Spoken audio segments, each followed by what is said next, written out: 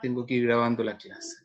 Entonces, como les digo, está orientada fundamentalmente a la especie humana. ¿Ya? Y luego, en el siguiente punto, digamos, una cosa interesante, es decir que dentro de las subunidades de competencia que pretende este programa está, en primer término, el reconocimiento y la descripción de estructuras y funciones en los diferentes sistemas del organismo humano, particularmente, siempre enfocado al organismo humano. Entonces, sistema renal, sistema digestivo, sistema respiratorio, sistema endocrino, en fin. Luego, en segundo término, explica las funciones de los sistemas del organismo humano en los diferentes niveles de organización y los procesos de integración que dan lugar a la homeostasis. Entonces, aquí discutiendo esta idea de homeostasis, más que de alostasis. Estas materias de homeostasis versus alostasis son más bien materias que trasuntan hacia las áreas quizás de la ecología, puede ser, donde hay procesos resistentes en el cambio. Y en tercer término, conoce y explica las patologías más prevalentes del cuerpo humano en contextos educativos. ¿Y por qué razón? Porque, por ejemplo, es esencial que ustedes como profesoras y profesores de biología puedan explicar qué es la enfermedad pulmonar obstructiva crónica, por ejemplo, o qué es una pielonefritis, o qué significa una diarrea, digamos, porque es parte, ¿verdad?, de la dinámica que se presenta en las preguntas de la escuela y que atiende también a los programas de la escuela. En este sentido, para poder darle curso a esta conversación, entonces, saberes y resultados de aprendizaje en general, voy a dar una visión relativamente general, ¿verdad? Primero, las competencias, comprende conceptos estructura y función, explica funciones del organismo humano, ¿verdad? Conoce y explica las patologías prevalentes. Entonces, subcompetencia, reconoce y describe la estructura y funcionamiento de los diferentes sistemas del organismo humano. Y en esta subcompetencia, entre los saberes y resultados de aprendizaje, hormonas y acción de hormonas, relación hipotálamo-hipoficiaria, factores liberadores, hipotálamo generalidades, embriología de la glándula hipófisis, estrategias, clases y lecturas, recursos, aula organizada en grupos, modelo de planificación y evaluación, bibliotecas fundamentalmente bibliotecas online, es decir, refería a bases de datos con información en línea. Fundamentalmente siempre nosotros vamos a utilizar la información en línea de nsdi.nsl.gov.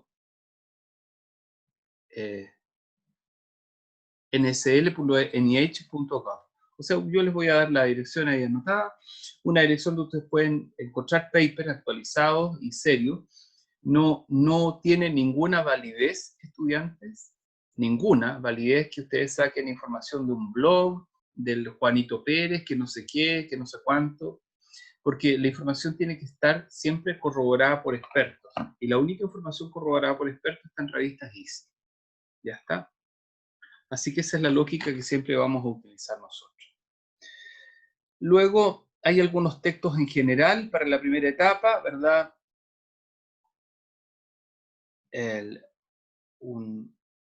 Un texto para la revisión sobre homeostasis. Siempre les voy dejando yo la bibliografía, ¿verdad? Evaluación de aprendizaje y rango de concreción de aprendizaje se entenderá como el desarrollo óptimo en la concreción de aprendizaje, la representación de 8 factores que determinan las características y vinculación de los elementos propuestos. Ya. Luego, una segunda etapa de esta parte del sistema endocrino es modulaciones del sistema nervioso central sobre el sistema endocrino. Y entonces aquí aparecen todas estas hormonas que ustedes ya en algún lado las han ahí visto mencionar: hormona folículo estimulante, luteinizante, adrenocorticotropa, tiroestimulante de crecimiento, melanocito estimulante, qué sé yo, y ABP y oxitocina. Lecturas asistidas, como siempre, ¿verdad? La misma estructura de modulación de aula. Y ustedes deberán, como requisito para satisfacer este proceso, ¿verdad?, la concreción de aprendizaje, representación de la capacidad para relacionar conjuntos de hormonas con sus respectivas zonas de producción y secreción. Después, en segundo término, una segunda gran etapa de este proceso es el sistema cardiovascular, En general, una anatomía cardíaca bastante sencilla, probablemente más sencilla que la anatomía cardíaca que realice el profesor Villarroel y su equipo. Flujo sanguíneo a través del corazón, válvulas cardíacas, vascularización, marcapasos fisiológicos, qué sé yo, fisiología de la contracción del músculo cardíaco, vasos sanguíneos, hemodinamia, en fin, control de presión arterial, la ley de Starling, la ley de Poiseuille, ¿verdad? El número de Reynolds. Y entonces, dentro de los elementos evaluativos de concreción, ¿verdad? 4 líneas de trabajo y sus factores asociados o influyentes en dichos procesos, entiéndase flujo, presión arterial, respuesta cardíaca adaptativa, patologías cardiovasculares. Ya, patologías simples, infarto y trombólisis, etc. Sistema respiratorio, órganos asociados, nariz, faringe, laringe, pulmones, qué sé yo, mecánica respiratoria, inspiración, expiración, ley de Charles, ley de Dalton, ley de Henry, transporte sanguíneo y gases, hematosis, ¿verdad? Hipoxia, ¿verdad? Mecanismos asociados a patologías respiratorias, asma particularmente, y enfermedad pulmonar obstructiva crónica de EPOC. Bueno, la evaluación asociada a los mismos conceptos, no voy a ahondar en eso, ustedes van a tener el programa ahí en sus carpetas. Luego, en tanto sean creadas, parece que no se han creado todavía, no sé, no entré ahí a aula hoy día, pero no sé si se han creado. Sistema digestivo, histología del tracto gastrointestinal, boca, lengua, saliva, en fin, todas las glándulas anexas del tracto digestivo, ¿verdad? Los mecanismos de regulación neurohumoral del ambiente digestivo, la producción y síntesis del jugo gástrico y del jugo intestinal, ¿verdad? Química y biología de la flora bacteriana, etcétera, un poco de ecología del sistema intestinal, ¿no? Luego, sistema nefrourinario, anatomía, por supuesto, una anatomía más funcional del riñón, y posteriormente mecanismos de regulación de filtración renal, mecanismos de regulación de reabsorción, etcétera, mecanismos de clearance de fármacos y de sustancias, de drogas en general, de drogas de abuso y de fármacos. Siempre vamos a hacer esa diferencia nosotros, ¿no? Drogas de abuso son aquellas sustancias que podrían o no ser fármacos y que se utilizan con un objetivo distinto del terapéutico. Entonces, dentro de las drogas de abuso vamos a meter los cannabinoides, por ejemplo, y eventualmente también se podría hablar de los cannabinoides como elementos terapéuticos, ¿ya? Flunitrazepam, por ejemplo, puede ser un elemento terapéutico, pero también es una droga de abuso. Vamos a hablar un poco en términos generales del sistema reproductor, femenino y masculino, con los procesos de producción específicos. También vamos a tratar un poco de hormonas arriba, ¿ya? Pero algunas cosas específicas probablemente. Vamos a hablar aquí de la tableta del día después, eventualmente, qué sé yo, en fin, algunas cosas sobre qué es una vasectomía, en fin, algunas cosas generales. Después vamos a hablar de neurotransmisores, o sea, del sistema nervioso. El profesor Valenzuela me ha dicho ya que ustedes están bien preparados en el sistema nervioso, así que creo que no vamos a tener grandes problemas. Y sería, ese es el programa de ustedes este semestre. Preguntas.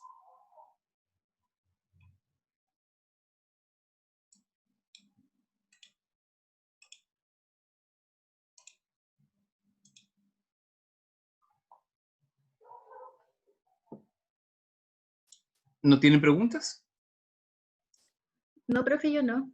Ya. No sé. Bien, veamos la asistencia del día de hoy. 01 del 09. Entonces, Daniela Báez. Aquí, profe. Ya. Camila Cáceres.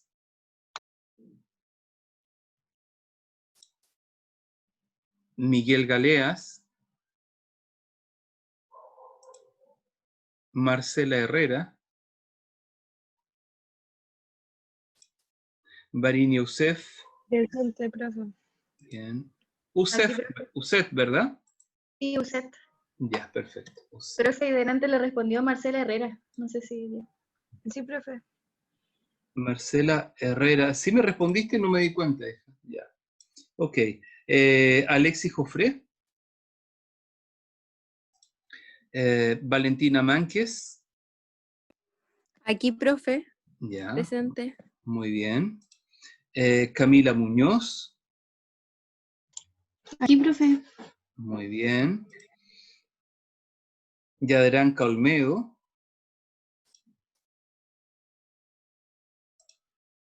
Alison Pailamilla.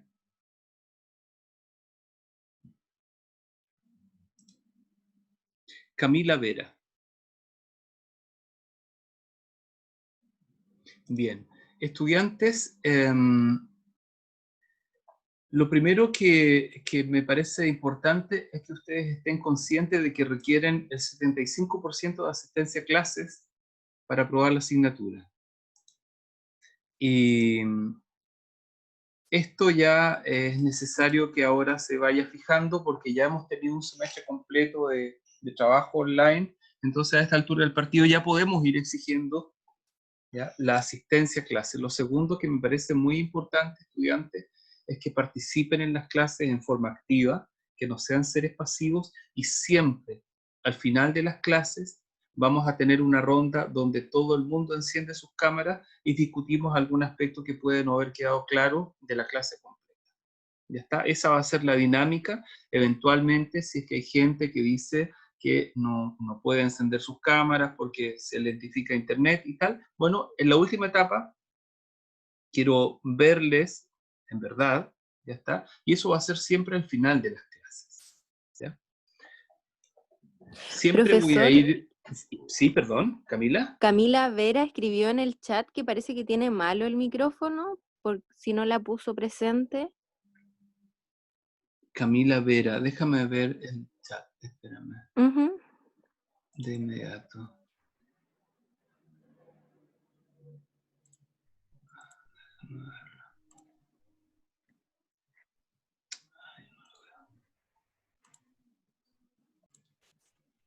Camila Vera, ahí está Camila Vera, ya. Y Camila Vera, ¿podrá solucionar su problema de micrófono? Eso me va a complicar un poco. Hay que ver si lo pudiera solucionar porque si no, no podemos interactuar, digamos. Ya está. Perfecto. Ahí estamos correctos entonces con la asistencia. O sea, Profe, ¿sí? yo no me matriculé bien, pero tengo que inscribir su ramo el 3 de septiembre cuando abran de nuevo el proceso. ¿Quién eres tú? Entonces no le aparezco en la lista. Ámbar Guajardo. Espérame. Dame un segundo. Guajardo, segundo apellido. Espérame, me equivoqué.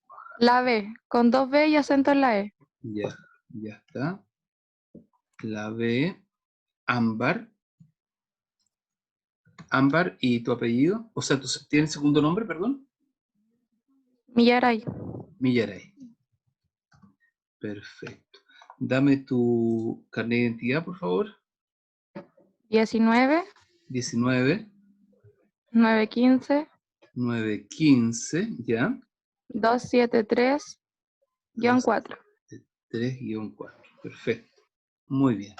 Ya está, muchas gracias. Te voy a dejar integrada entonces de inmediato y luego tú haces la inscripción Gracias. y tal. Espérame, me falta solamente un dato. Espérame, hija, me falta tu correo electrónico. Ámbar.guajardo Amber.guajardo, ¿ya? @alumnosupla.cl. alumnos.upla.cl. Muy bien, entonces, ya estás inscrita. Profesor, yo acabo de llegar. Hola, buenas tardes. Hola, ¿quién eres tu hijo? Miguel Galeas. Galeas Miguel, muy bien, perfecto. Ya está. Ok. Entonces, fíjense que para hoy día tengo preparada la primera clase que se llama Sistema Endocrino. Vamos a partir con esta clase de inmediato, en frío. Después de esta clase, vamos a hablar de un capítulo. Espérame, ¿después o antes de esta clase? Veamos, va a depender de algo. Denme un segundo, por favor.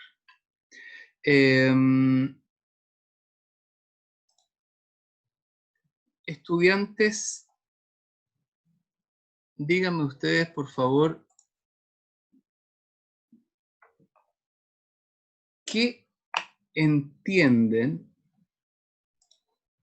por molaridad?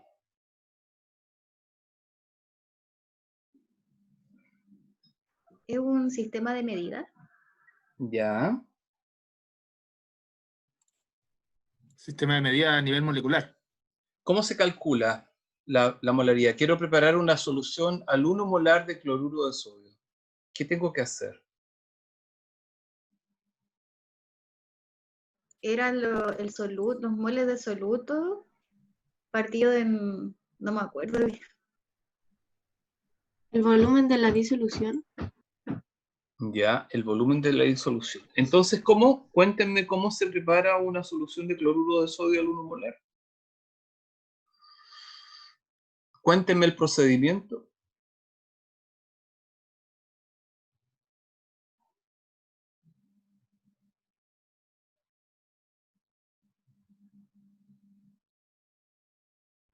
Hay que amasar ¿cuánto era?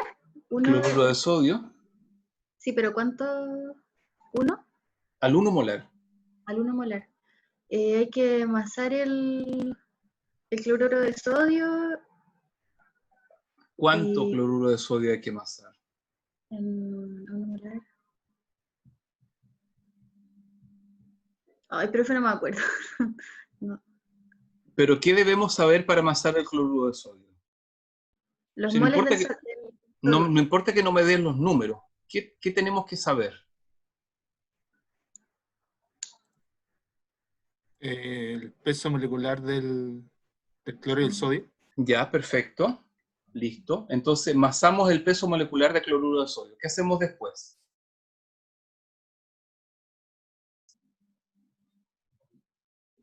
Lo ingresamos en el solvente. ¿Sí?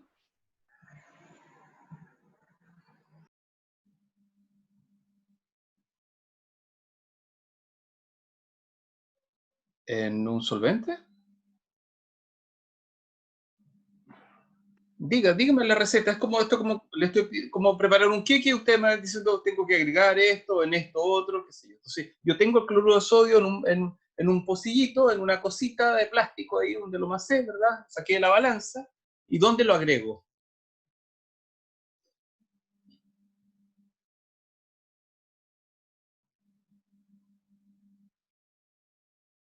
Profesoras y profesores. En el vaso precipitado con el líquido, ¿no? ¿Y por Para qué en hacer, un vaso precipitado, Varinia? para hacer la disolución. ¿Quedará bien esta en un vaso de precipitado?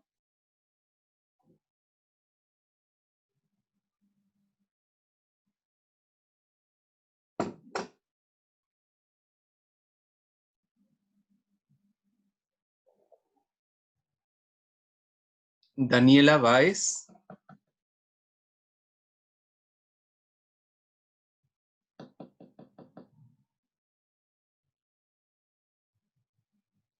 Daniela. No lo sé, profe.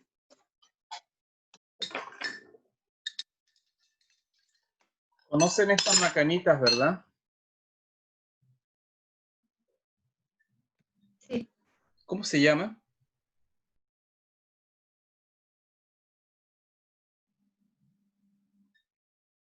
¿Cómo se llama este artilugio? ¿Cómo? ¿Probeta? Probeta, Alison, muy bien. ¿Cuál es la diferencia entre usar una probeta y usar un vaso de precipitado para preparar una solución?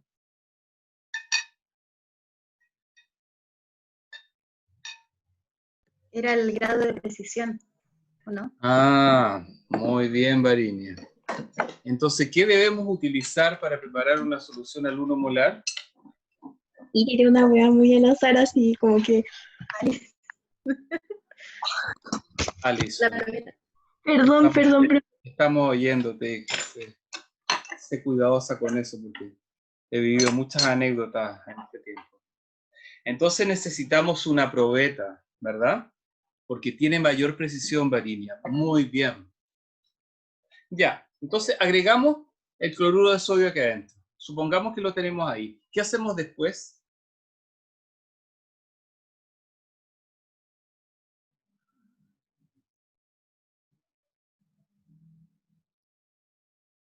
Alison, ¿qué hacemos después? Se echan las concentraciones.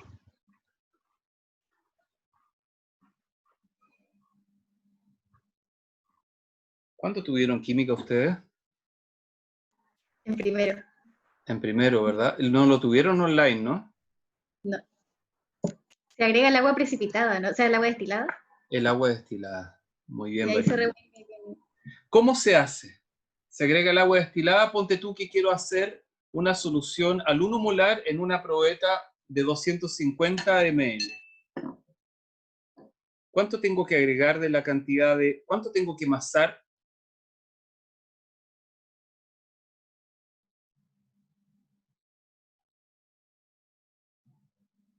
Respecto al peso molecular. Miguel.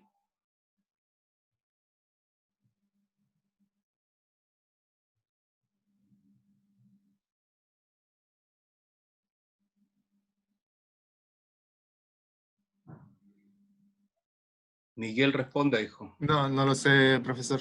Ya. Oiga, chicos, ¿a qué han ido a la universidad ustedes? ¿Cómo van a enseñar ciencias en un colegio si no saben preparar una solución al 1 molar, chicos?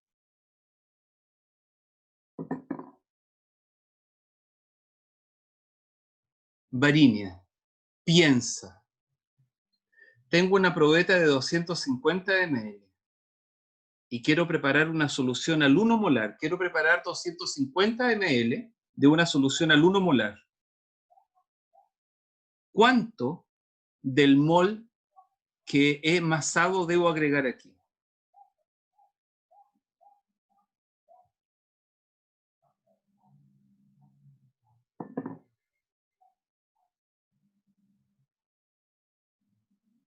¿1000 dividido por 250 cuánto es?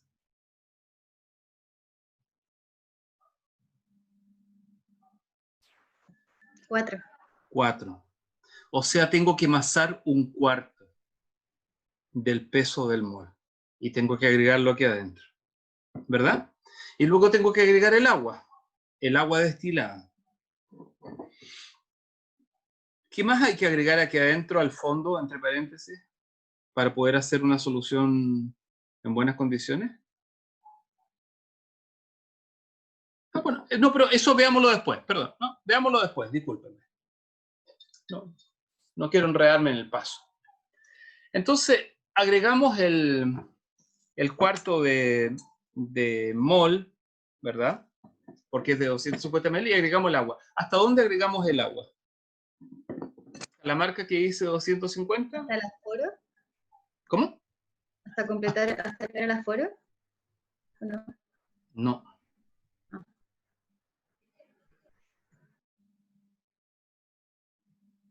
Tengo yo un vaso así, grande, mira, y empiezo a agregar el agua. O tengo, qué sé yo, aquí. Tengo, qué sé yo, 300 ml de agua destilada y le empiezo a agregar. ¿Hasta cuándo? ¿Por qué no la agrego hasta el aforo?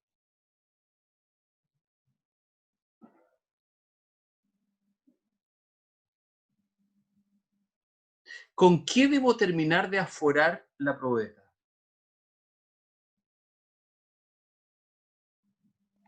Con el soluto, profe. No. El soluto ya está ahí abajo.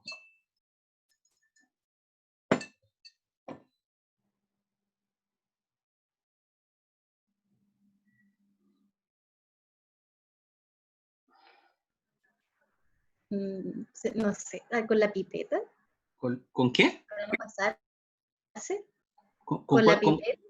pipeta? O sea, no me acuerdo cómo se llamaba, pero esa cosita. Explícame.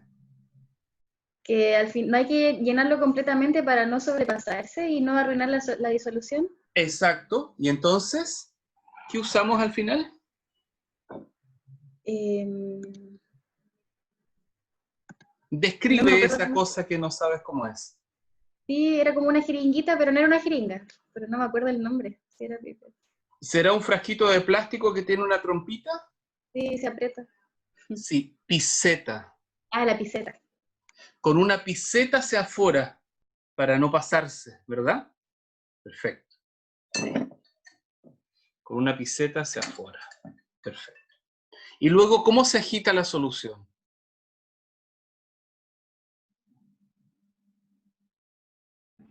¿Con una varilla? Con la varilla y también así como. ¿No? ¿Con qué se agita la solución, chicos?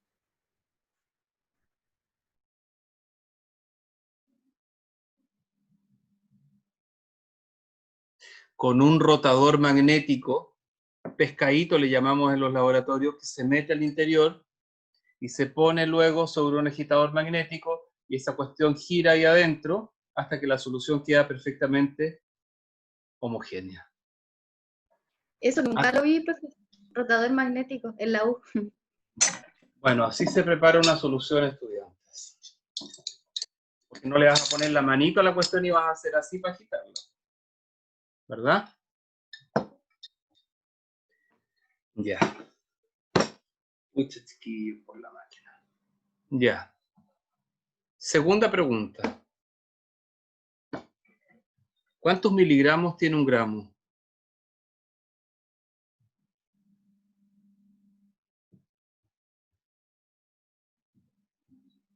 ¿1000? Muy bien, Alison. 1000. 1000 miligramos son un gramo. Perfecto. Tercera pregunta. ¿Qué son los polisomas en la célula?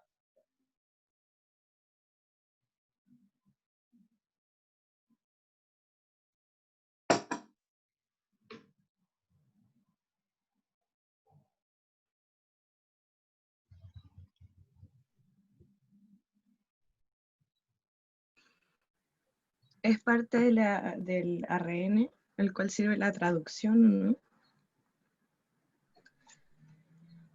Ya. A ver, explícate un poco más, porque si esa fuera una respuesta para un chico en la escuela, el chico no va a entender nada. Tiene que ver con el ribosoma. No sé, ¿es una pregunta o una respuesta? Poli es mucho, debe ser un conjunto de ribosomas.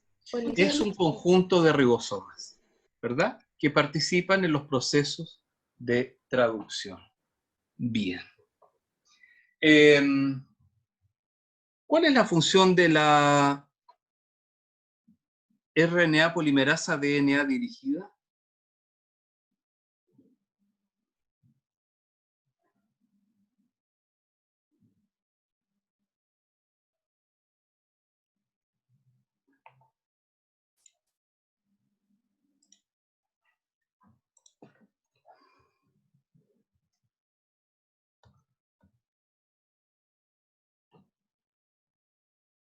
¿Cuánto tuvieron celular, chicas y chicos?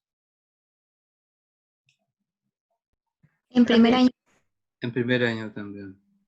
Parece que todo lo de primer año quedó como volando, ¿ah?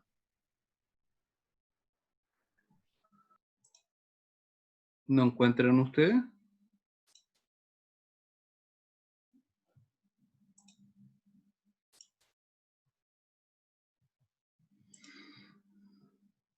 Ya. Siguiente pregunta.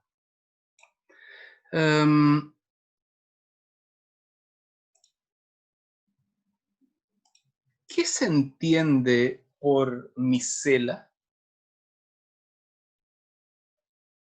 Son los, ¿cómo se llama?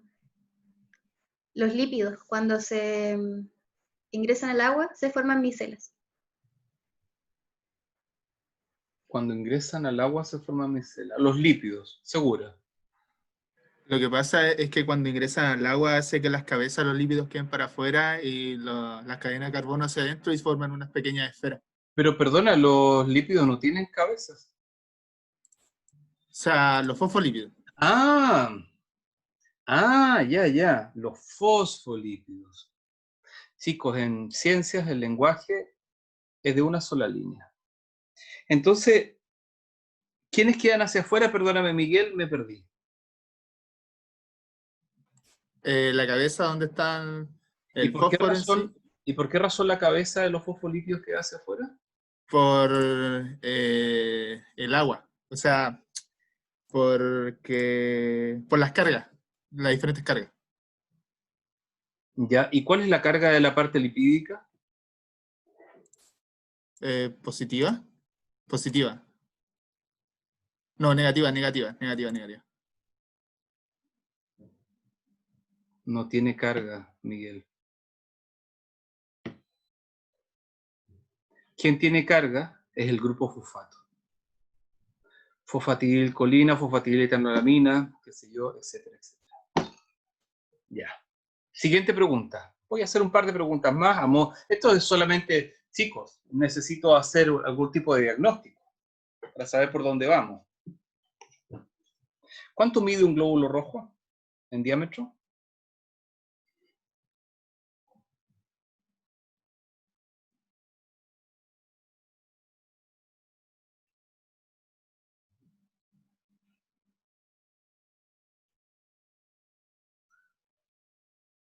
Camila Constanza, tú que no has dicho nada en todo este tiempo. ¿Cuánto mide un glóbulo rojo? Tengo entendido que son micrométricos. No sé, Sí, claro, pero ¿cuánto? entre 5 y 10. Oh, 10, muy grande. 6 y 8. 5 y 7. Ya. Perfecto. Siguiente pregunta.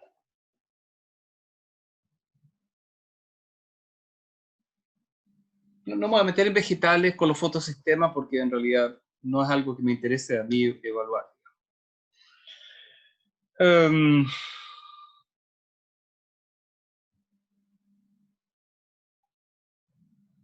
¿Qué hace la glucosa cuando entra en el ciclo de Krebs? ¿Cuál es el primer paso?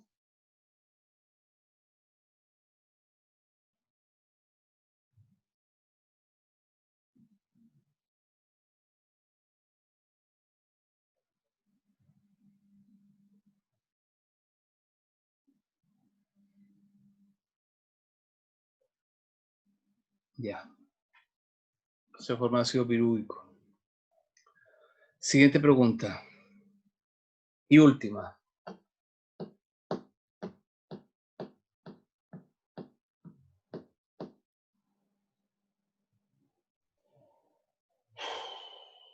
¿Qué relación tiene la acetilcolina con el músculo estriado esquelético?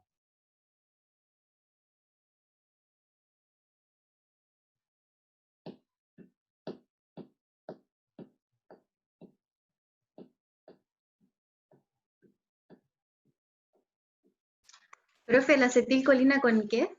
Con el músculo estriado esquelético. Ah, la acetilcolina funciona como neurotransmisor.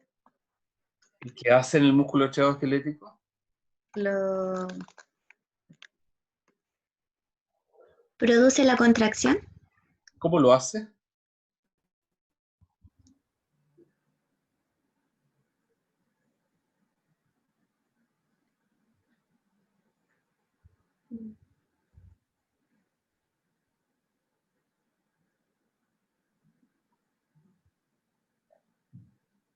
La acetilcolina se liga a receptores colinérgicos, 2 acetilcolina por cada receptor colinérgico, entra sodio, se produce depolarización del sarcolema, la depolarización baja por los túbulos T, llega a los receptores de renodina, se abre el retículo sarcoplasmático, sale calcio, el calcio visualiza la actina con la tropomiosina y tal, y no sé qué, y se inicia el proceso de contracción. Chicas y chicos, no sé a qué han ido a la universidad en todo este tiempo.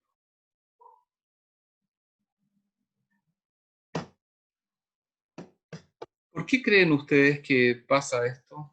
¿No vuelven a ver las materias? ¿No? ¿Qué pasa? A ver, explíquenme.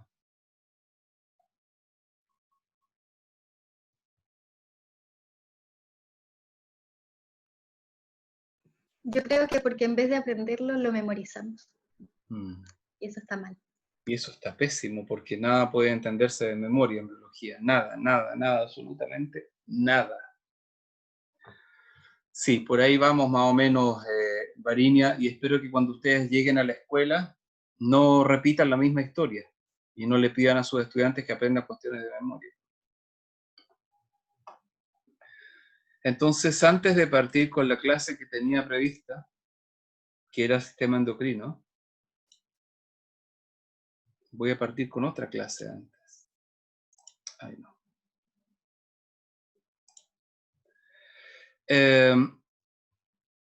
¿Ustedes saben, chicos, qué es la apoptosis? La muerte celular programada. Muerte celular programada. Muy, pero muy bien. Ya. ¿Cómo ocurre la apoptosis?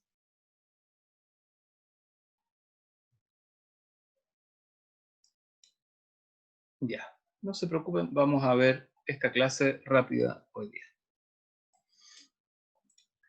Es como un bonus track del programa porque ya veo que va a ser importante que la tengan en reserva. Ok. ¿Están viendo ahí la presentación? Sí, Sí, profe. profe. Ya está, vamos entonces. Fíjense que la apoptosis es un proceso, ¿verdad?, que lo podríamos leer en forma sencilla como también llamada muerte celular de tipo 1, porque hay otras muertes celulares, ¿no? La necroptosis, la necrosis, etc. Se define por los cambios característicos en la morfología nuclear, incluyendo condensación de cromatina y fragmentación general de la célula, contracción y aparición de protuberancias de las membranas plasmáticas y la formación de cuerpos apoptóticos que contienen material nuclear o citoplasmático. ¿Por qué es importante que nosotros en biología, estudiantes, hablemos de apoptosis? Es importante que hablemos de apoptosis porque muchos de los cambios celulares y moleculares están asociados a este fenómeno dentro de nuestra organización tisular. Entonces, por ejemplo, la apoptosis es necesaria en las primeras etapas de vida, es necesaria en la etapa intermedia de vida y también en las etapas de envejecimiento final de los sujetos. Hay que hacer una diferencia importante entre necrosis y apoptosis como dos líneas muy generales. Hay aproximadamente 20 tipos de muertes celulares distintas. Ya está. Yo les voy a dejar un paper para la próxima semana a propósito de este tema. Entonces, la primera, ¿verdad? La necrosis es una muerte escandalosa. Es una muerte que implica procesos proinflamatorios.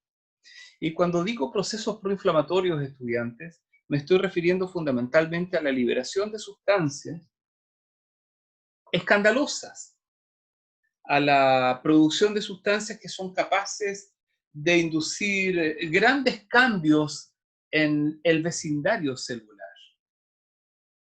Dentro de estos cambios en el vecindario celular, fundamentalmente liberación de estas moléculas proinflamatorias llamadas interleuquinas, la IL-2, por ejemplo, la IL-6, y otras moléculas particularmente especiales como la TNF-alfa, factor de necrosis tumoral alfa. Entonces, estas moléculas se dispersan dentro de este ambiente ¿verdad?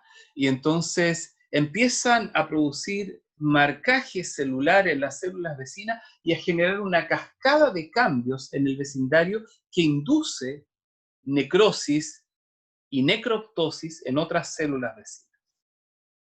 Por el contrario, la apoptosis como definición de proceso puro consiste en una muerte celular silenciosa. ¿Qué significa esto? Significa que la célula literalmente hace un suicidio celular. Un suicidio celular que se encuentra perfectamente controlado y que en general no resulta escandaloso para el vecindario.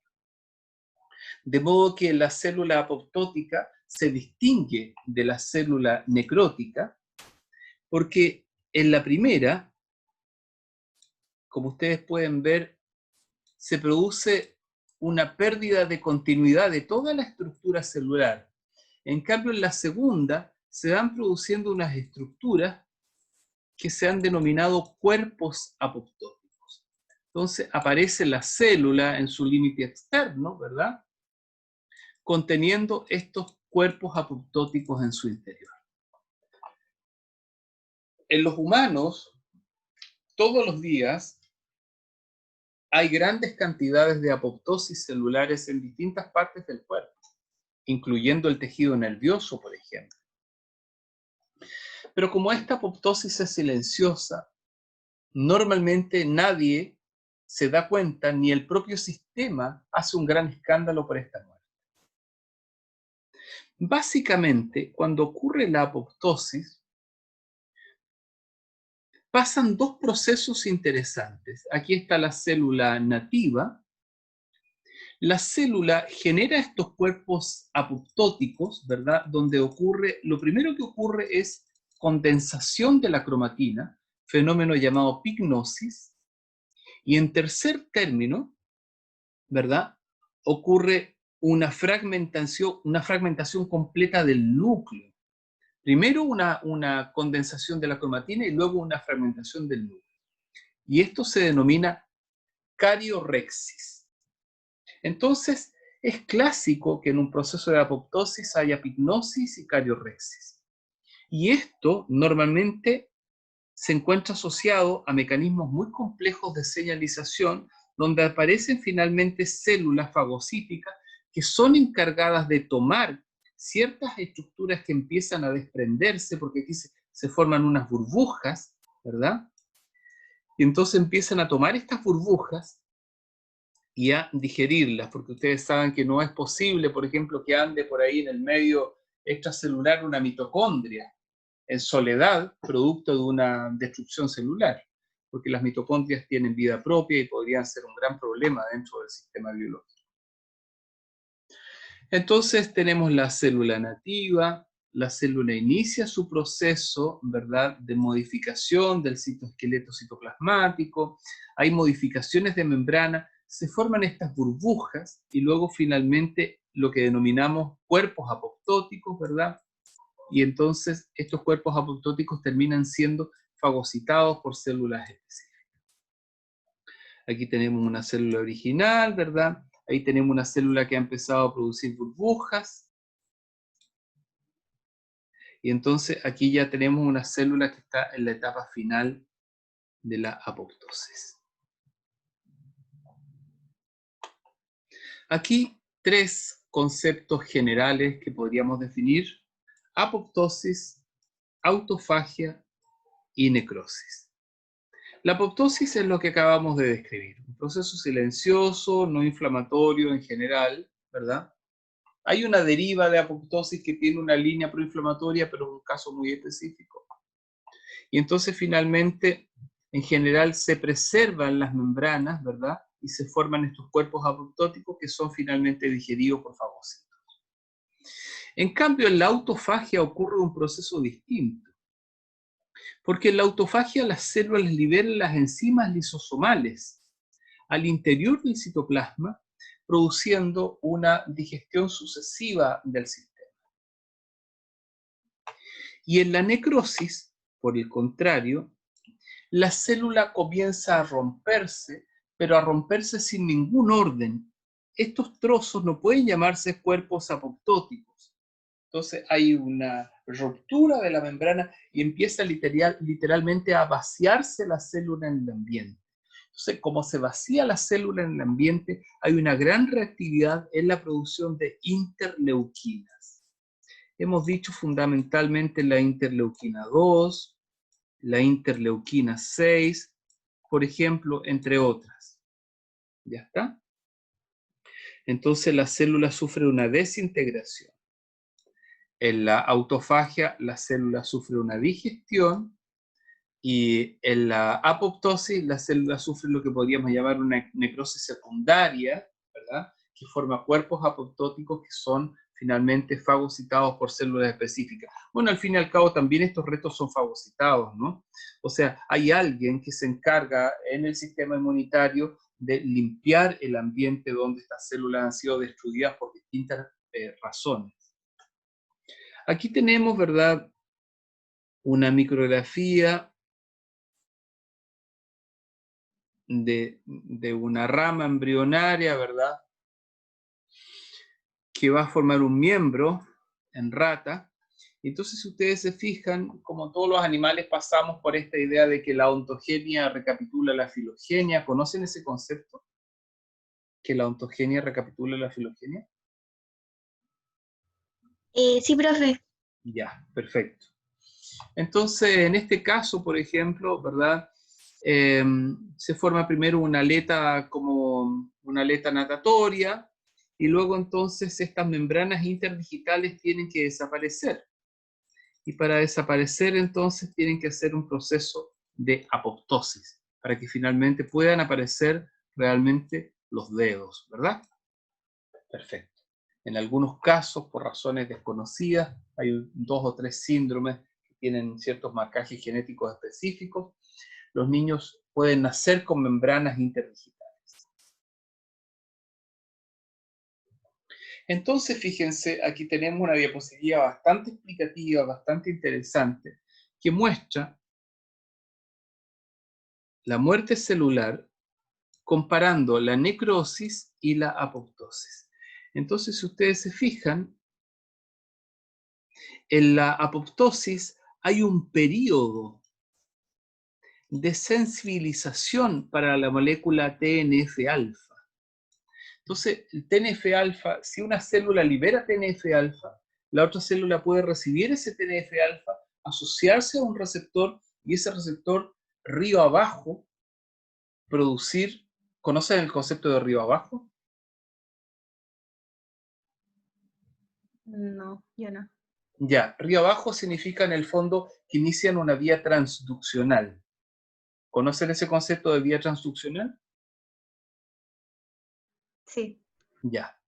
Río abajo entonces es que desarrollan una vía transduccional, y entonces esta vía transduccional va a iniciar una cascada, que en este caso va a ser una apoptosis, por ejemplo. Entonces, TNF-alfa actúa en este escenario induciendo la apoptosis.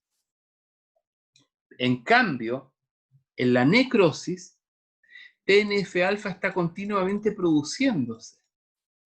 Y a medida que avanza el proceso de deconstrucción celular, de destrucción celular, entonces va avanzando paralelamente el nivel, ¿verdad?, de TNF-alfa en el sistema. Etapas y control del proceso de apoptosis. La apoptosis en general se puede dilucidar o se puede enmarcar en 3 etapas. Hay muchas más etapas para algunos autores. Hay más de 2 etapas en lecturas finas, pero fundamentalmente inducción de apoptosis, ejecución y fase final de la apoptosis. En la inducción de la apoptosis nosotros decimos que hay señales positivas para la apoptosis, es decir, que inducen, y señales negativas, es decir, señales podríamos llamar protectoras de apoptosis. Entonces, dentro de las señales positivas para apoptosis, 2 moléculas muy conocidas siempre son TNF-alfa, ¿verdad? Y otra molécula conocida, CD95L. ¿Ya? Cell death 95, ligando de muerte celular 95. Hay un montón de otras moléculas, pero esas son moléculas bastante famosas en este sentido. Y luego, ¿cuáles son las señales negativas para apoptosis? O sea, ¿cuáles son las señales que de alguna manera podríamos decir nosotros son factores protectores de apoptosis? Dentro de estos factores protectores de apoptosis encontramos normalmente un grupo de moléculas que se llaman factores de crecimiento. Entre ellos, los más famosos, NGF,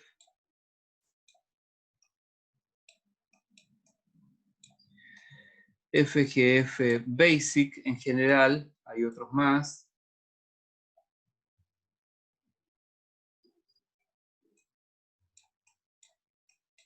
BEGF,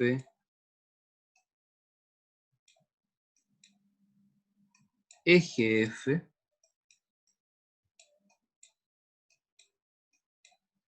y otro elemento que también está presente,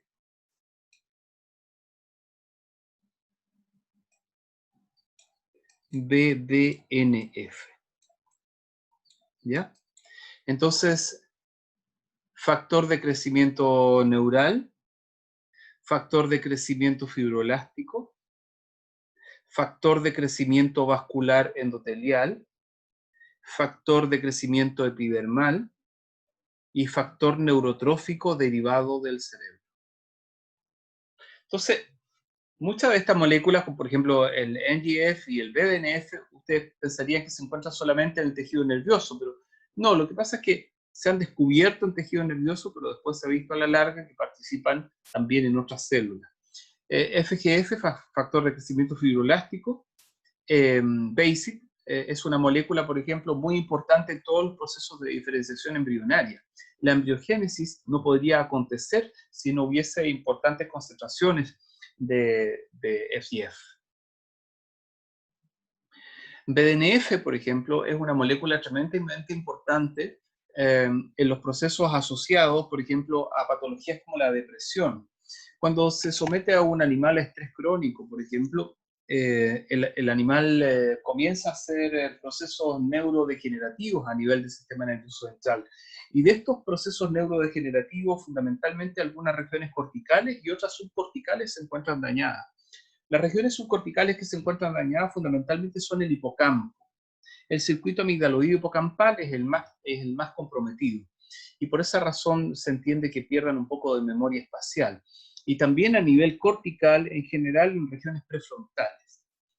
Entonces, se ha descubierto, por ejemplo, que cuando ocurre un proceso de estrés crónico en un animal de experimentación, hay una disminución de la cantidad de BDNF. Y esta disminución de la cantidad de BDNF podría estar explicando este proceso de apoptosis tan importante que ocurre en estas regiones del sistema nervioso central. ¿Ya está? Entonces, raya para la suma, digamos, tenemos en la inducción de la apoptosis unos elementos que llamamos proinductores, o sea, TNF-alfa y CD95L como ejemplo, ¿verdad? Y otros elementos que son protectores. Y dentro de estos protectores, entonces, este conjunto de elementos que nosotros podríamos llamar factores tróficos. ¿Ya? Ahora, estos factores tróficos, chicos, hay algunos bien interesantes. Por ejemplo, VEGF es un factor trófico que se ve muy bonito, pero que no necesariamente es un amigo. Por ejemplo, Vascular Endothelial Growth Factor es una molécula que estimula la síntesis, la mitosis, ¿verdad? La regulación de reparación y de síntesis de vasos sanguíneos microvasculares. Entonces, VEGF, por ejemplo, se encuentra muy asociado al crecimiento y desarrollo de tumores. Entonces, tú tienes de repente que a un sujeto le sale un tejido tumoral, pónganse ustedes que aparece, no sé, un tejido tumoral en la silla turca. En la silla turca aparece un adenoma ahí, y entonces, producido por alguna célula glial, qué sé yo, y entonces, cuando se extrae ese adenoma, en cirugía y se marcan sus células, se encuentra una gran cantidad de VEGF entre medio de ese tejido, porque las células tumorales tienen que alimentarse y entonces para alimentarse requieren un sistema de vascularización avanzado. Y entonces VEGF va a producir la remodelación para ese sistema de vascularización. ¿Hay preguntas? Ya está. Supongo que el silencio es no, digamos.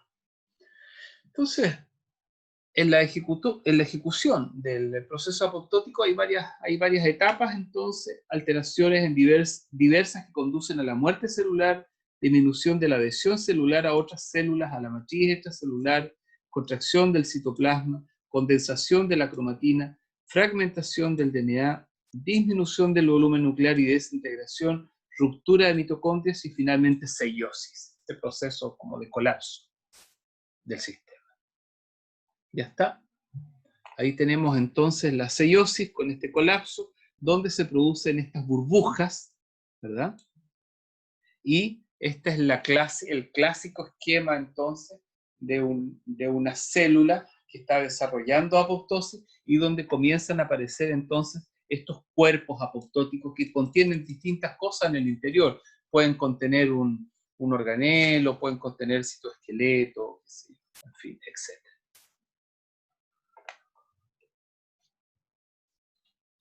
Veamos esto con atención.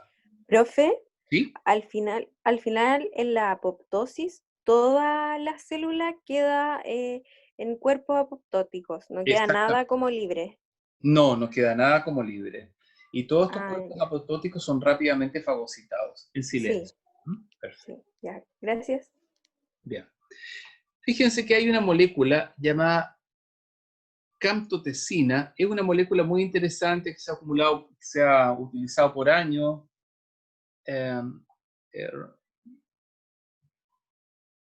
Laboratorio Sigma vende camptotecina para las personas que hacen experimentos en esta área de investigación. Y entonces, la camptotecina es una molécula que se une irreversiblemente al complejo DNA topoisomerasa 1. Ustedes saben que la topoisomerasa lo que hace, ¿verdad?, es permitir los cambios en la pérdida gradual de la torsión de la doble hebra de DNA para evitar que la hebra se rompa. Entonces, camptotecina se une irreversiblemente a la topoisomerasa, de modo que hay un proceso de mal funcionamiento de esta enzima. Entonces, la inhibición de la reasociación después de la escisión de la topoisomerasa y trampas de la enzima en un enlace covalente con el DNA. El complejo enzimático es ubiquitinizado. ¿Conocen las ubiquitinas, verdad? Sí. ¿Sí? ¿Cuál es la función de las ubiquitinas, chicas, chicos? Díganme, por favor, mientras me preparo un café. ¿Qué hacen las ubiquitinas?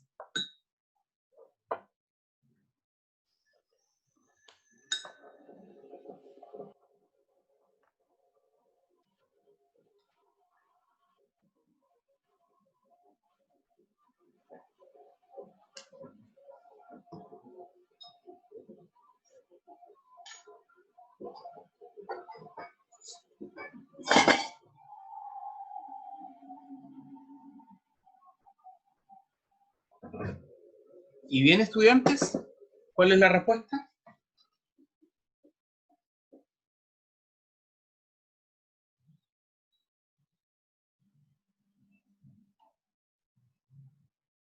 Vamos, chicos, respondan sin miedo. Ámbar, ¿qué hacen las ubiquitinas?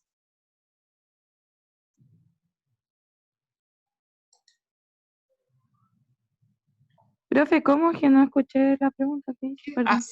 ¿Qué función cumplen en la célula las ubiquitinas? Ay, profe, no sé, no recuerdo.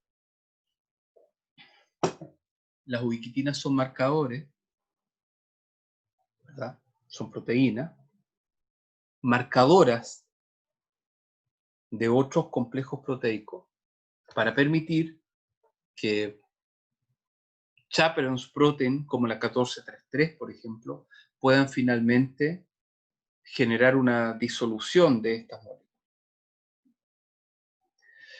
Entonces, cuando decimos que el complejo enzimático es ubiquitinado o ubiquitinizado, se puede decir también, entendemos que después es destruido por un proteosoma, ¿verdad?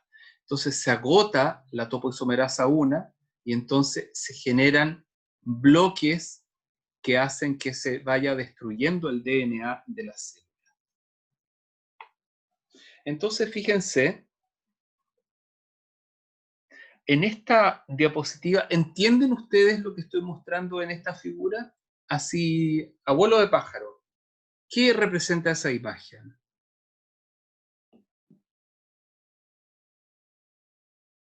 ¿Son marcadores del ADN?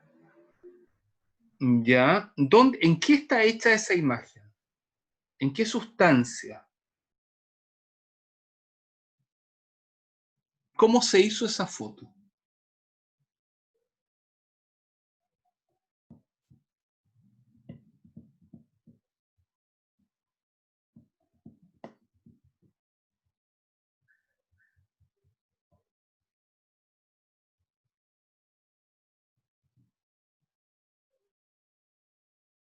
Esta No foto, sé, pero ya, esta foto, chicas y chicos, se hizo en un polímero, en un gel. Entonces, se colocó un gel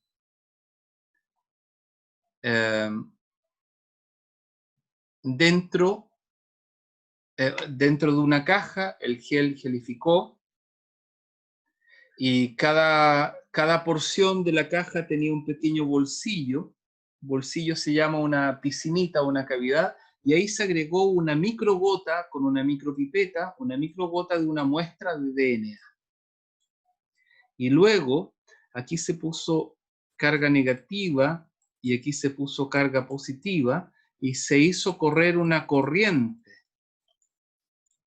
Y entonces, como el DNA tiene globalmente carga negativa, el DNA fue cruzando a través del gel, como la arena cae dentro de un cactus de esos que le ponen espina a los tipos para hacerlos sonar, así, y la arena empieza a caer entre medio de las espinas del cactus, así también aquí entonces el gel comienza a permitir que el DNA vaya cayendo.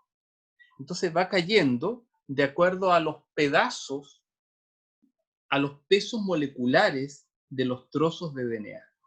Y entonces, de acuerdo a los pesos moleculares de los trozos de DNA, tiene dos posibilidades: producir bandas, como esta, una banda, otra, o aquí, una banda, otra banda, etc. O no producir bandas, como esta, por ejemplo. Aquí no hay producción de bandas, aquí tampoco. En todos los que dicen signo menos, no hay producción de bandas. Entonces, fíjense que es muy interesante esto, porque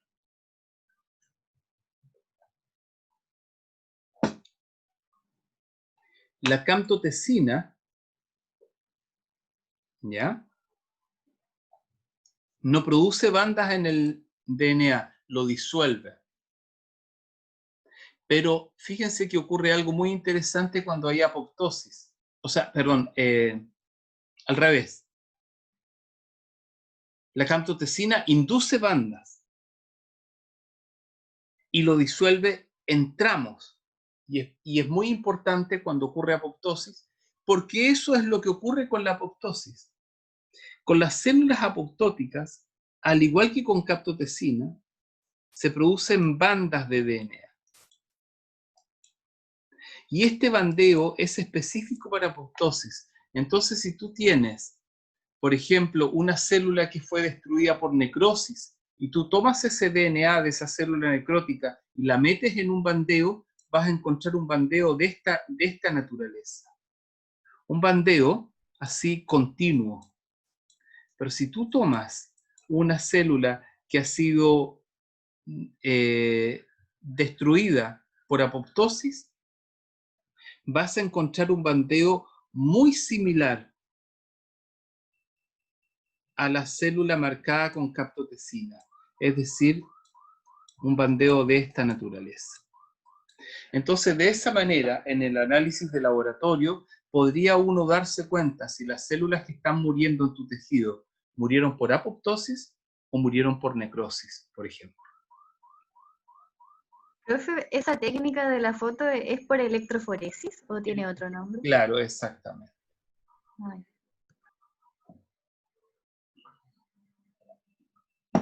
Pero nunca han hecho ustedes una cubeta, ¿no? En el laboratorio, ¿no? No. No, parece que no tenemos cubetas de electroforesis. Y se llama Northern, Western blot, según sea lo que agrega DNA, RNA, proteína. Luego, un segundo elemento que participa en los procesos proapoptóticos, chicas y chicas, es la disminución de la adhesión celular a otras células de la matriz celular. Nosotros sabemos que la célula, cuando uno hace un cultivo celular, por ejemplo, en una cápsula de Petri, las células se adhieren a las proteínas del fondo y forman anclajes. Entonces, mientras las células están ancladas, las células están en buena sobrevida, pero si tú por alguna razón, por ejemplo, agregas una proteasa en las neuronas, por ejemplo, cuando se cultivan, agregas una proteasa al cultivo celular, las células se desprenden. Se desprenden y hacen procesos apoptóticos. Entonces, se ha visto en algunos estudios que las células tienen en sus membranas celulares proteínas específicas de anclaje.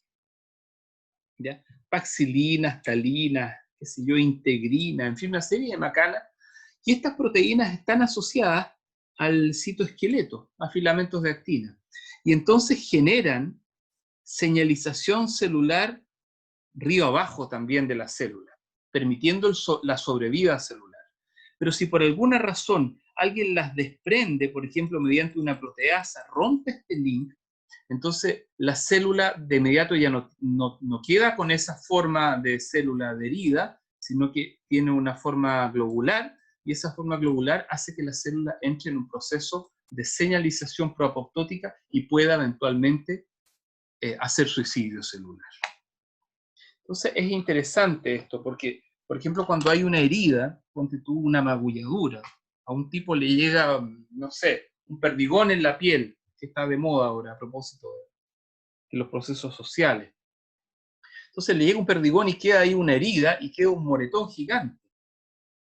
Una buena parte de esas células del moretón van a hacer necrosis, derechamente, pero otras células van a hacer otros procesos de muerte celular, dentro de los cuales está precisamente la apoptosis. ¿Ya está? Entonces, fíjense ustedes, aquí tenemos en esta figura, ¿verdad?, una foto típica a microscopía de resolución electrónica de transmisión, ¿verdad?, la fragmentación de la cromatina en distintos tamaños. Entonces, aquí tenemos un primer tamaño, ¿verdad? Aquí tenemos segundo. Entonces, estos tamaños distintos son los que explican después por qué van quedando estas bandas en el interior del sistema. Perdónenme, por favor. Hable.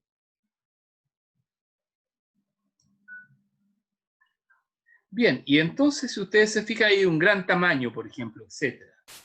¿Ya? Los tamaños son distintos y se van quedando en los bandeos posteriores.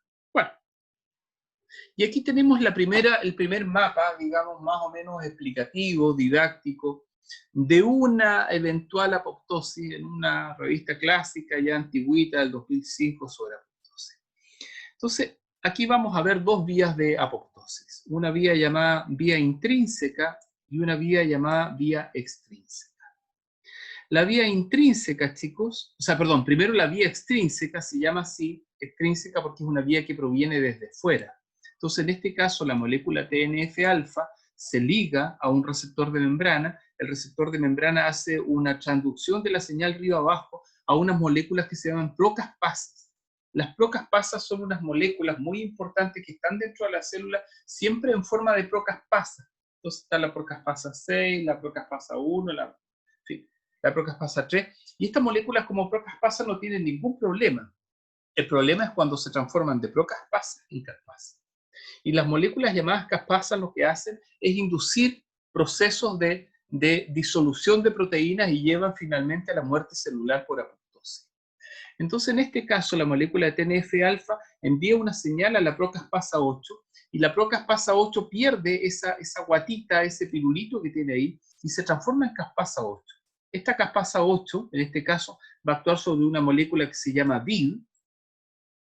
VID se va a transformar en una molécula llamada VID truncada, o sea, se le va a salir un pedacito a este VID, y esta VID truncada va a pegarse a la mitocondria y va a formar unos dímeros llamados VACs, y entonces la mitocondria es un verdadero amigo enemigo en nuestras células, porque nos provee de energía, ¿verdad? Permite la síntesis de adenosintrifosfato y de NAD, ¿verdad? Reducido.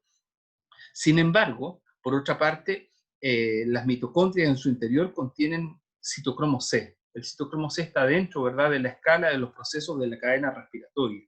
Entonces, si la mitocondria libera citocromo C hacia el ambiente celular, citocromo C es peligrosísimo, porque citocromo C se une a una molécula llamada APAF1, que se une a una molécula llamada procaspasa 8, y ellos se transforman en un verdadero cuerpo proapoptótico. Por eso se dice ahí un apoptosoma, un cuerpo proapoptótico.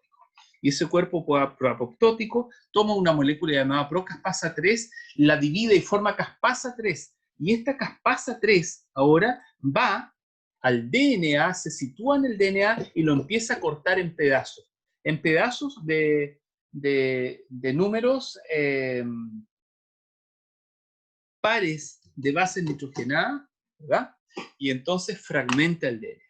Fragmenta el DNA y entonces acontece la apoptosis. Esa es la vía extrínseca. Y entonces esta vía extrínseca, como ustedes ven, acaban de darse cuenta, se encuentra relacionada con la vía intrínseca, donde la mitocondria, ¿verdad?, puede liberar citocromo C, pero la mitocondria eventualmente en forma autónoma, en forma espontánea podría liberar citocromo C, o por otra mensajería celular que no podemos entender. Por ejemplo, se ha demostrado que la radiación ultravioleta, por ejemplo, en las células de la piel podría hacer que las mitocondrias liberaran citocromo C y este citocromo C actuara produciendo el apoptosoma que induciría después la procaspasa 3 a caspasa 3 y la destrucción del DNA. De modo que ustedes ven aquí una vía extrínseca y una vía intrínseca. Un segundo.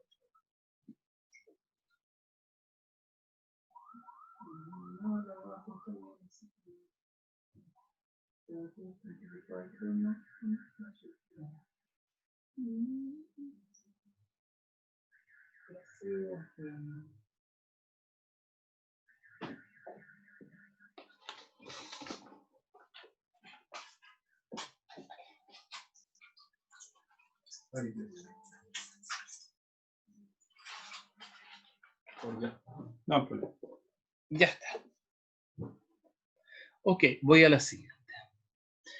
Aquí fíjense, voy a contar una historia muy interesante. Una cosa que se ha dicho de la apoptosis, que se ha dicho de años, estos son esquemas antiguos, se ha dicho que las células no deseadas entran en apoptosis. Pero ¿cómo saber cuándo una célula es una célula no deseada? Cuando no está recibiendo estímulos en sus TRK. Los TRK2, los TRK2, por ejemplo, son receptores de factores de crecimiento. ¿Qué factores de crecimiento? NGF, VEGF, FGF, BDNF. Entonces, cuando estas moléculas están continuamente estimulando a las células, entonces en el fondo le están diciendo a la célula, oye, te queremos que sobreviva, eres muy importante para nosotros, etc. Pero imagínense el caso de un anciano de 93 años, por ejemplo, una edad bastante crítica en el envejecimiento humano. Entonces, el anciano hace poca actividad física. El anciano tiene mal dormir. Fabrica poco hormona de crecimiento y por lo tanto fabrica poco insulin-like growth factor 1. Y por lo tanto, el sujeto tiene pocas producciones de moléculas pro amor celular, por decirlo de una manera tan vulgar, ¿verdad? Proestimulantes de la sobrevida. Entonces, sus receptores de factores neurotróficos o tróficos se quedan vacíos. Entonces, al quedarse vacíos, se activan en forma espontánea unas vías muy raras dentro de la célula, como la yanquinasa.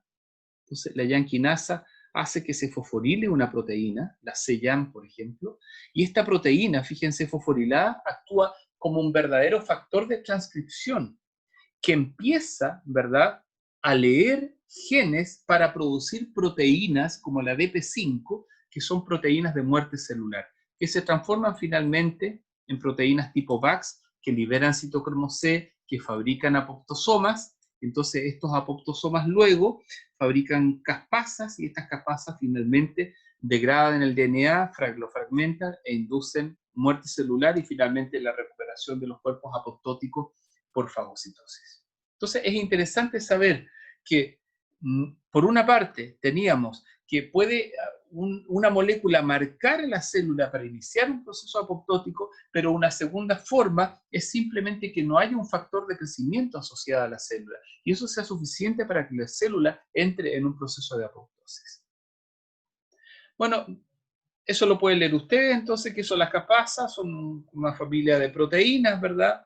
Y esta familia de proteínas, entonces, se subdividen a su vez en dos grupos, las caspasas iniciadoras y las caspasas efectoras, ¿verdad? Las iniciadoras son las caspasas que, tal como lo dice su nombre, comienzan el proceso de activar a otras caspasas, y las caspasas efectoras son las que luego finalmente terminan de hacer proteólisis en sitios celulares específicos clave para la muerte de la célula. Se ha investigado mucho Xenodervitis elegans, ¿verdad? Este microgusanito que vive en la tierra, ¿verdad? Chiquitito, así que apenas es visible a simple vista en una plaquita de cultivo, se puede ver a simple vista. Hay investigadores que han utilizado Xenodervitis elegans ahí en la Católica mucho tiempo, ¿cómo se llama? El Nivaldo Inestrosa, para trabajar en Alzheimer, por ejemplo. Él ha hecho descubrimientos muy importantes en Alzheimer. Ese es su modelo de trabajo, Xenodervitis, ¿verdad? Y Xenodervitis elegans tiene un sistema nervioso muy interesante y con ganglios, qué sé yo, y entonces en él se ha podido identificar mucho este proceso de apoptosis. Entonces, las caspasas ya hemos visto, ¿verdad? Entonces inician esta vía tanto por una vía extrínseca como por una vía intrínseca, en ambos casos. ¿Ya está? Fíjense que ahí tenemos tres vías: Xenodervitis elegans, Drosophila melanogaster y mamíferos, ¿verdad? Entonces, señales de muerte, pro muerte, digamos, ¿verdad? Eje L1 en Drosophila, de lo cual yo no sé nada de Drosophila particularmente, ¿verdad? DEC-BAFI, y en mamíferos, ¿verdad? BH3, o sea, sitios que tienen, proteínas que tienen sitios expuestos BH3. Entonces, sin embargo, fíjense, nosotros tenemos factores protectores también como BCL2, por ejemplo, ¿ya? BCL2 es una molécula muy interesante porque BCL2 se asocia, vuelvo hacia atrás un poquito, se asocia aquí, evitando, frenando que se produzcan estas purificaciones con VAX, por ejemplo, y evitando que salga citocromo C. Entonces, fíjate, es interesante saber que tenemos factores también protectores contra apoptosis, pero finalmente cada uno, C. elegans, Drosophila y mamíferos, finalmente tienen mecanismos específicos que conducen a la muerte celular. El caso particular de los mamíferos está asociado a la vía APAF1, al apoptosoma y a las caspasas. Ya está.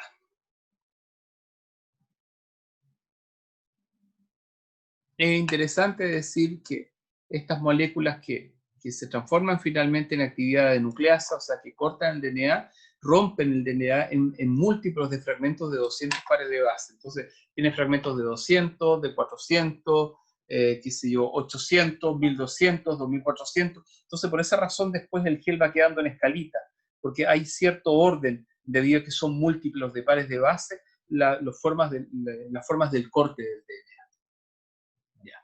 Y la fase final de la apoptosis, bueno, formación de cuerpos apoptóticos, reconocimiento por macrófagos que se comen los cuerpos apoptóticos, y en general decimos que la apoptosis no aparece respuesta inflamatoria. Hay una vía combinada, pero esa vía no creo que sea el momento de discutirla ahora. Aquí tenemos otra vía proapoptótica, donde tenemos, en vez de TNF-alfa, el CD95L. Entonces, lo mismo, el CD95L, ¿verdad?, hace que se active la procaspasa 8 a procaspasa 8, la caspasa 8 genera un apoptosoma, qué sé yo, y el apoptosoma, ¿verdad?, genera fragmentación, hace que la procaspasa 3 se transforme en caspasa 3 y genere fragmentación del DNA. Y por otra parte, ¿verdad?, daño en el DNA, ¿verdad?, podría provocar una proteína muy interesante, la P53, es una proteína marcadora, asociada a la muerte celular, una proteína encontrada en tumores, digamos. En las células tumorales hay una resistencia a la producción de P53 y por lo tanto las células tumorales no entran en proceso apoptótico. Eso es muy interesante en la investigación. Las células HeLa, por ejemplo, son células que se han mantenido de esa mujer. HeLa, del año 57, parece, más o menos, que fue la primera vez que sacaron sus células de un tumor uterino, si no me equivoco, y entonces esas células se han cultivado hasta hoy día. En distintos laboratorios esas células son ricas en P53, por ejemplo. Entonces P53 estimula la síntesis de VAX y aquí BCL2 evita, por ejemplo, la apoptosis. Y hay otras proteínas, las SMAC diablo, qué sé yo, que están asociadas al proceso de muerte celular. Aquí tenemos algo interesante, y con esto ya voy terminando la clase, llevamos 1:27 de clase pura, sin contar el tiempo del inicio, donde no estábamos grabando. Entonces, aquí tenemos, por ejemplo, un control y cerebros post-mortem, obviamente, de sujetos con esquizofrenia. Entonces, miren qué interesante. BSL2 está más aumentado en los sujetos controles que en los sujetos con esquizofrenia. ¿Qué podría estar diciéndonos esto? Que probablemente los sujetos con esquizofrenia tienen menos BSL2 en sus neuronas corticales. Y si hay menos BCL2 y BCL2 es un protector apoptótico, probablemente estos sujetos están teniendo quizás más muerte celular por apoptosis, podría ser. Y aquí tenemos la relación entre VAX y BCL2. Entonces, claro, corrobora la idea. O sea, hay más BCL2 que VAX en el control que en el paciente con esquizofrenia. El paciente con esquizofrenia tiene más VAX, y VAX produce los túneles en las mitocondrias para la liberación de citocromo C.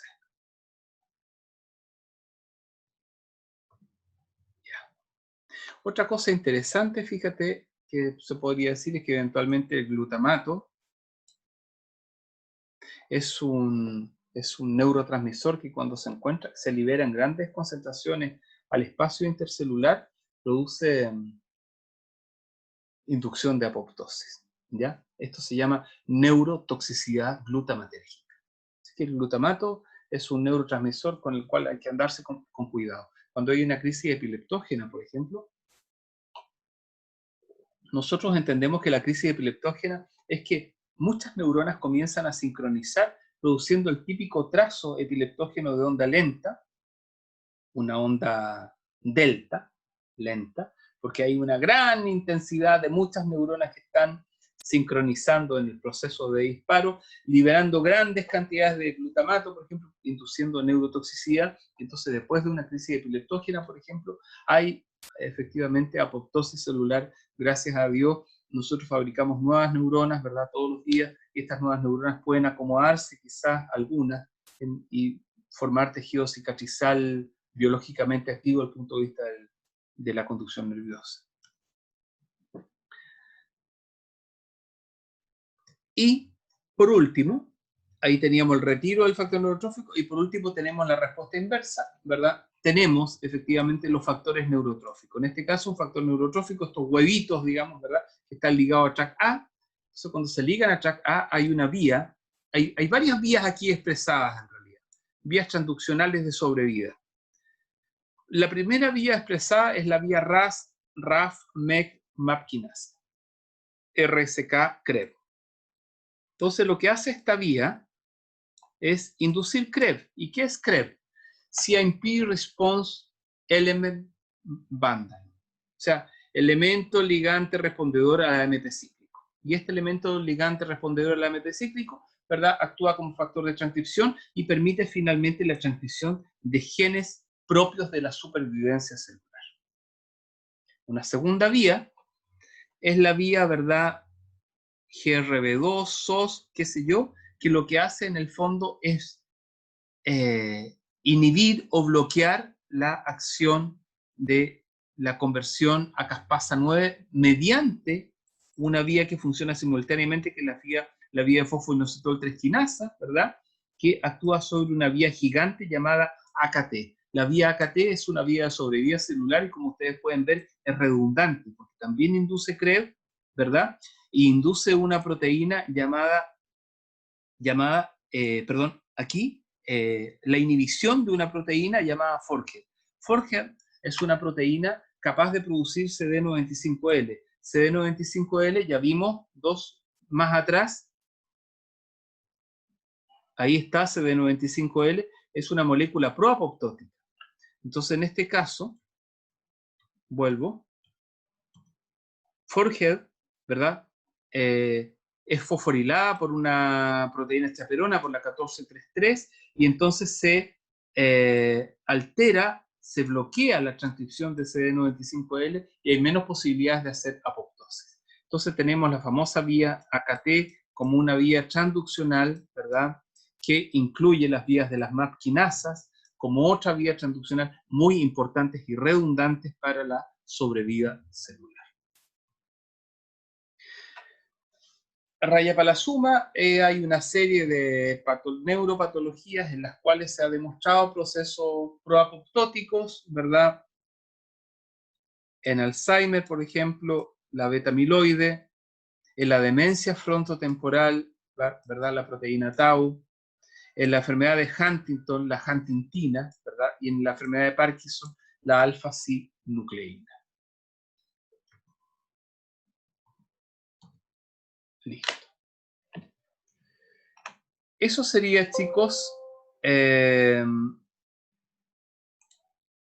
la clase de apoptosis. Para la próxima semana, muchachos, les dejo un paper.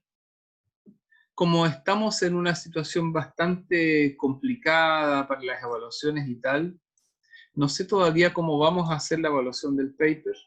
Se lo voy a enviar a más tardar mañana en la mañana, yo creo. No creo que alcance ya hoy día en la tarde. Tengo otras clases después. Y entonces, un paper que habla de la misma temática que hemos discutido. Preguntas.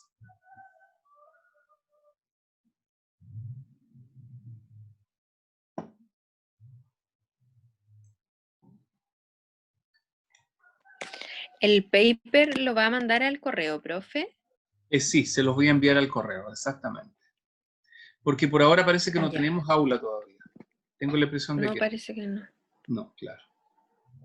Exactamente. Al mismo correo masivo que les puse el aviso de que comenzábamos las clases hoy día.